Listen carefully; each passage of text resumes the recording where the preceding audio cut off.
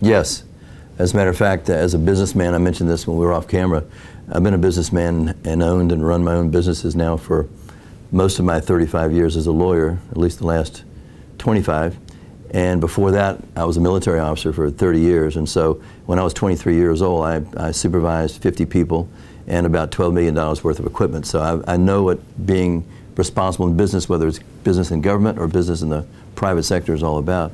And I think that when you can take care of your workers as best you can, not only in regulations as we talked about previously, but also pay them a living wage. $7.25 is not enough to live on, and that's just a fact. And any labor statistical analysis would tell you that.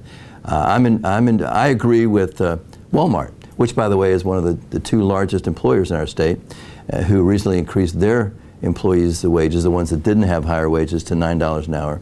Soon it's going to be 10, and then I think next February for some of those employees it's going to be $12 an hour.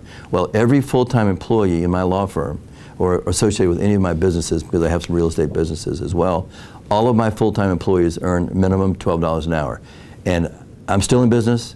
No one has threatened to close me down, and I think that it's time for the states to act, because the federal government won't. And I think we need to raise our wages, and I would say along the scale that Walmart has suggested, the richest corporation in the world as I understand it.